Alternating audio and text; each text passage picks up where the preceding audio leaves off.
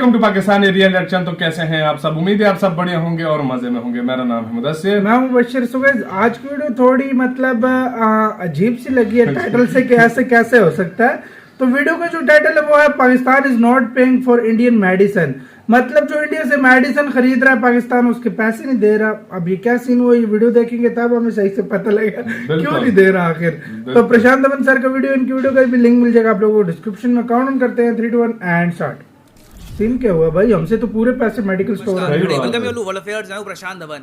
Now recently Bharat के जो विदेश मंत्री हैं डॉक्टर एस जयशंकर, इन्होंने पार्लियामेंट में खड़े होकर ये कहा है कि पाकिस्तान भारत से बहुत ही बड़े स्केल पर मेडिसिन परचेज कर रहा है मगर इसकी पेमेंट नहीं कर रहा। यहाँ पर आप देख पाओगे, इस पे आपको आर्टिकल दिखेगा कि पाकिस्तान की जो फार्मा कंपनीज जो इंडिया से मेडिसिन ड्रग्स परचेज करती हैं, ये लोग $430,000 की जो पेमेंट है ये रोक कर बैठ गए हैं टू दी इंडियन एक्सपोर्टर्स। और इंटरेस्टिंग बात देखिए, सबसे फैसिनेटिंग बात यहाँ पर जयशंकर साहब ने ये बताई कि as per the available records Pakistan ने अप्रैल 2021 से दिसंबर 2021 तक टोटल $203 मिलियन की दवाइयाँ परचेज करी है फ्रॉम इंडिया। अब और इंटरेस्टिंग बात मैं आपको ये बताता हूँ कि ऐसा नहीं है कि डॉक्टर एस जयशंकर ने ऐसे ही ये जो स्टेटमेंट है पार्लियामेंट में खड़े होकर दे दी। इसके पीछे एक रीज़न भी है। रीज़न यहाँ पर ये है कि सुब्रमण्यम स्वामी जी जो राज्यसभा में मेंबर ऑफ पार्लियामेंट है, इन्होंने ओपनली एक क्वेश्चन रखा सरकार के सामने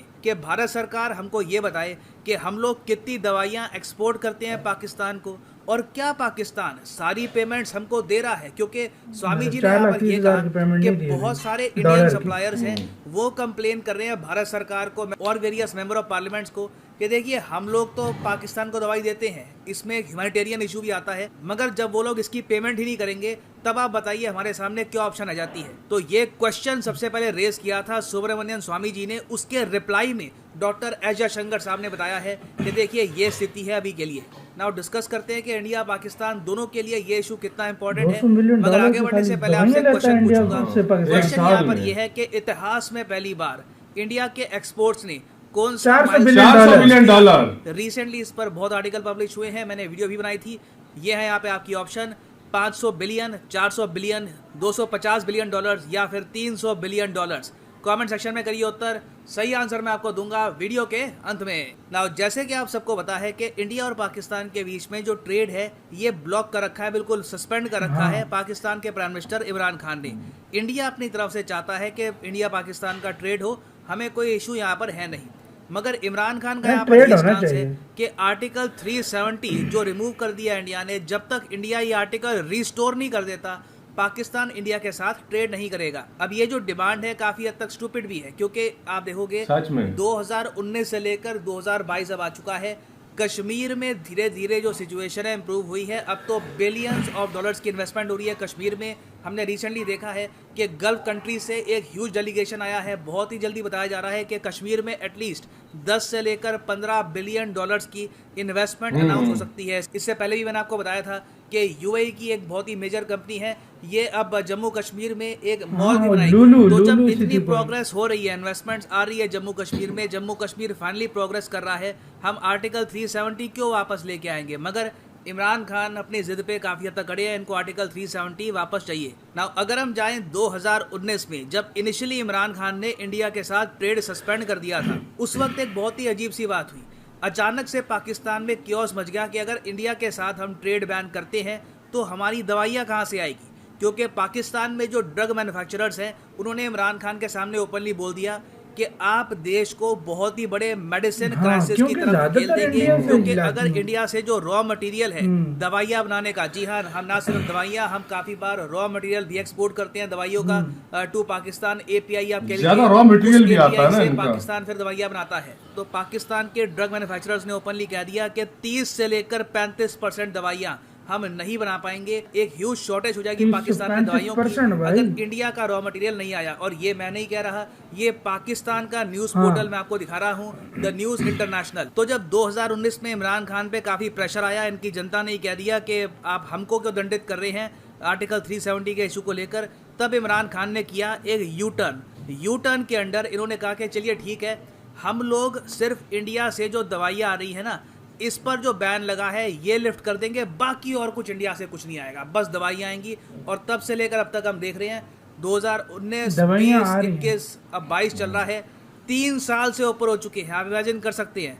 और ये अजीब सा ट्रेड बैन चल रहा है। मैं इतिहास में पहली बार ऐसा ट्रेड बैन देखा होगा जहाँ पे सब कुछ हम बैन कर देते हैं मगर दवाइयाँ परचेज करते रहेंगे। और यहाँ पे मुझे पता है जेन्युइनली आपका क्वेश्चन ये आएगा, बट सर एपीआई बनाने में, रॉ मटेरियल बनाने में बहुत सारी दवाइयों के चाइना कहा जाता है कि बहुत आगे है। हम खुद चाइना पे डिपेंडेंट हो गए थे कोविड वैक्सीन के लिए, जब हमको एपीआई चाहिए था। तो उनकी पाकिस्तान की मट्टी में अगर इतनी दवाई अच्छी इस तरह दोस्ती की है तैयार चाइना नहीं के करते, साथ, strong। तो अब तक इंडिया को दो नंबर होती नहीं है। कर लिया। देखिए रॉ मटेरियल वैक्सीन के सर्टेन टाइप का चाइना बनाता है, मगर और जगह आप अगर देखो और वेरियस टाइप के ड्रग्स होते हैं, मेडिसिन होती है, उसका रॉ मटेरियल बहुत ही बड़े स्केल पर इंडिया बनाता है, बहुत ही ज़्यादा सुपीरियर क्वालिटी का।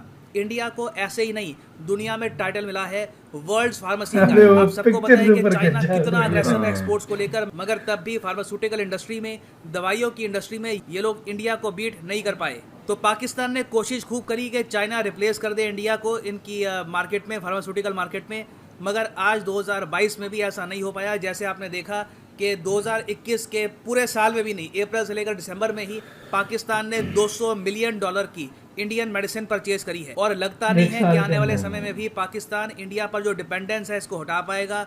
हर साल इनकी सरकार इशू कर देती है एक SRO होता है स्टैट्यूटरी रेगुलेटरी ऑर्डर, ये इशू करते हैं, कहते हैं ठीक है इंडिया से मेडिसिन ले लो। इनके लोग आते हैं यहाँ पर ऑर्डर देते हैं, और हम लोग भी, अब इंडिया की भी ग्रेटनेस आप अगर देखो, पाकिस्तान ने हमारे देश को तोड़ने की बातें करी हैं काफ़ी बार। जो खालिस्तान मूवमेंट है उसको सपोर्ट किया है, कश्मीर में सेपरेटिस्ट है उनको सपोर्ट किया है, हम पे एयर ब्लॉकेड भी लगा दिया। हमारे कई स्टूडेंट्स थे जिनको पढ़ने के लिए जाना था, मान लो सेंट्रल एशियन कंट्रीज़ में, यूरोप में पढ़ने के लिए जाना था, हमारे कई स्टूडेंट्स को ज़्यादा पैसे पे करने पड़े क्योंकि वो सीधा पाकिस्तान का एयर स्पेस यूज़ नहीं कर पा रहे थे। फ्लाइट को नीचे किस तरीके से होकर यूरोप जाना पड़ा। इस सब की वजह से जो आम इंसान है इंडिया में, उसको काफ़ी बार 20-30 हज़ार रुपये एक्स्ट्रा पे करने पड़े अपनी एयर टिकट के लिए।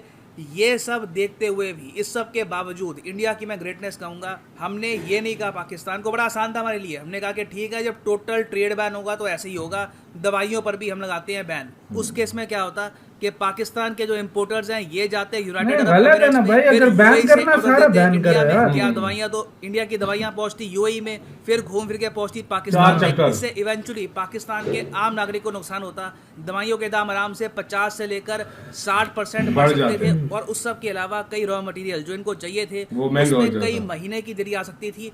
ओवरऑल पाकिस्तान में दवाइयों की शॉर्टेज पड़ सकती थी, मगर आउट ऑफ आप कह लीजिए शेयर ह्यूमैनिटी, हमने कभी भी पाकिस्तान के अगेंस्ट वो कार्ड प्ले नहीं किया। मगर अब जो ये नया इशू सामने आ रहा है कि पाकिस्तान की जो फार्मा कंपनीज हैं ये पेमेंट ही नहीं कर रही इंडियन कंपनीज को, ये प्रॉब्लम अगर ऐसे ही बनी रहती है तो कोई बड़ी बात नहीं है। इंडियन गवर्नमेंट का स्टांस चाहे कुछ भी हो, हमारी कंपनीज खुद ही पर्सनल लेवल पर बॉयकॉट कर दे पाकिस्तान की फार्मा इंडस्ट्री को, ये कहकर कि पेमेंट ही नहीं करते ये लोग। आई मीन कितनी अजीब बात है कि आपने कुछ हमसे परचेज किया, उसकी आप पेमेंट ही नहीं कर रहे, वो भी दवाइयाँ जो इतनी ज़्यादा एक इंपॉर्टेंट आइटम है। अब ऑब्वियसली देखिए पाकिस्तान में आज के समय डॉलर्स की कमी है, एक इकोनॉमिक क्राइसिस चल रहा है, तो कहीं ना कहीं इनके यहाँ प्रॉब्लम आएगी, मगर कब तक इंडियन सप्लायर्स यहाँ पर एकोमोडेट करेंगे, बर्दाश्त करेंगे पाकिस्तान की इस प्रॉब्लम को। क्योंकि इनिशियली जो ये पेमेंट्स का इशू है ये चल रहा है 2021-22 से, आज 2022 हो गया है, तो बहुत सी पेमेंट्स अब बढ़ चुकी हैं। और याद रखिएगा इंडियन फार्मास्यूटिकल इंडस्ट्री में एक ह्यूज बूम आ रखा है। हमने पिछले फाइनेंशियल ईयर में $24.44 बिलियन की एक्सपोर्ट किए थे। इंडिया को कमी नहीं है एक्सपोर्ट मार्केट की। इंडियन एक्सपोर्टर्स आराम से, कोई बाहर की कंपनी, कोई अफ्रीका का देश, कोई और रीजन में और की देश है, बांग्लादेश, वहाँ पे हम एक्सपोर्ट करना स्टार्ट कर देंगे। तो कहीं ना कहीं देखिए पाकिस्तान की गवर्नमेंट को इस इशू पर देखने की आवश्यकता है, नहीं तो इनके कंट्री में ही एक बहुत ही बड़ा मेडिसिन का क्राइसिस आ जाएगा। और इसका रीजन यही होगा कि ये लोग पेमेंट नहीं कर रहे दवाइयों की। ना वापस आते हैं ऐसे के साथ हो यार ये वीडियो खत्म। यार सबसे पहले बड़ी गलत बात है सीरियसली, कंपनीज जो है उनको कम से कम फार्मा कंपनीज को शर्म आनी चाहिए कि जहाँ पे तुम $200 मिलियन का महीने का तुम साल का ले रहे हो अगर, तो 4 लाख कुछ हाँ भाई डॉलर थे, उसका सामान तुम्हें देते हुए मौत पड़ रही है। मतलब उनके पैसा देता है। एक मैं बात बताऊं, देखो इधर मेडिकल स्टोर में चले जाओ, पूरे पैसे ले रहे हैं जो भी इधर इंडस्ट्रीज लगी हुई है, सब कुछ वो मेडिकल स्टोर वालों को भी कैश में देते हैं, इधर से भी हमें कैश में मिलता है, यानी कोई उधार वाला सिस्टम इधर नहीं है। तो वो पैसा कहाँ जाता है? आप उनको दो, उनसे और मंगवाओ, ताकि और जब महंगी दवाइयाँ करनी होती है इसमें स्टॉक कर लेते हैं, माल पीछे रोक लेते हैं, उसके बाद महंगी करके बेचते हैं, ये महंगे भी गलत करके है। बेचते हैं। और ये भी भाई गलत इनको है। हमारी ये जो कंपनीज हैं स्पेशली ये वाली तो गवर्नमेंट के अंदर तो खैर होती नहीं है ये यार और गवर्नमेंट के ऊपर मैं एक तुम्हें हाँ। बात बताऊं, पिछले दिनों इनका यही सिलसिला चल रहा था। गवर्नमेंट ने इनके ऊपर मतलब काफी सारे मतलब ऊपर टैक्स भी इनके ऊपर लगा दिया था। इनके ऊपर मतलब काफी सारे केसेस भी बनाए थे कि तुम इस तरह क्यों करते हो। इन्होंने माल सप्लाई करना बंद किया था, बंद कर दिया था, कुछ दवाइयां शॉर्ट हो गई शॉर्ट कर दी थी। उस वजह से ये एक किस्म का ब्लैकमेल माफिया बैठा हुआ है माफिया और इनको शर्म नहीं आती। 200 मिलियन डॉलर की तुम साल की कम से कम तुम कर रहे हो तो 4 लाख डॉलर की वजह से तुम लोग बेइज्जती करा रहे हो सारों की। बिल्कुल। मतलब इन कंपनीज को शर्म आनी चाहिए। मैं कहता हूँ डूब के मरना चाहिए। 1 रुपया भी किसी के साथ ये उधार नहीं करते और ये करते हैं कि मतलब उनका यार मैं सच में तुम्हें बता रहा हूँ, जो इंडियन मेडिसिन है ना, मैं आपको सच बता रहा हूँ, इधर जो बिकती है ना, या जो कहते हैं इंडियन मेडिसिन है, यार आप यकीन नहीं कर सकते, मैं आपको गारंटी से बोलता हूँ, इधर मेडिसिन इंडिया की वाकई बहुत कमाल की आती है। हमने यूज की है और बहुत कमाल की है। मूव लेकर वगैरह वो मूव जो आप लोगों ने नाम सुना होगा दर्द के लिए होती है, वो भी हम लेकर आए थे। तो वो उस तरह मतलब काफी सारी चीजें हैं। मतलब बाकी रॉ मटेरियल की वजह से वाकई इंडिया से आता है और चाइना से हम लेकर आ जाएंगे। नहीं मुझे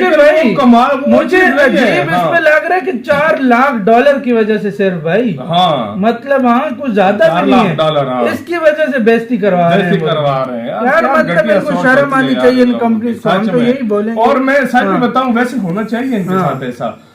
आज अगर दुनिया के सामने इस तरह उठेगा तो तब जाके गवर्नमेंट इनको डंडा देगी। मैं कहता हूँ फिर इनके साथ गवर्नमेंट को मैं कहता हूँ उनके अंदर डंडा दे, तब इनको पता चलेगा कि हाँ भाई दवाइयां महंगी करने से क्या नुकसान होता है। गाइस आप लोग इसके बारे में क्या कहते हैं कमेंट सेक्शन में बताएं। इधर वीडियो खत्म करते हैं। अपना बहुत ज्यादा ख्याल रखना।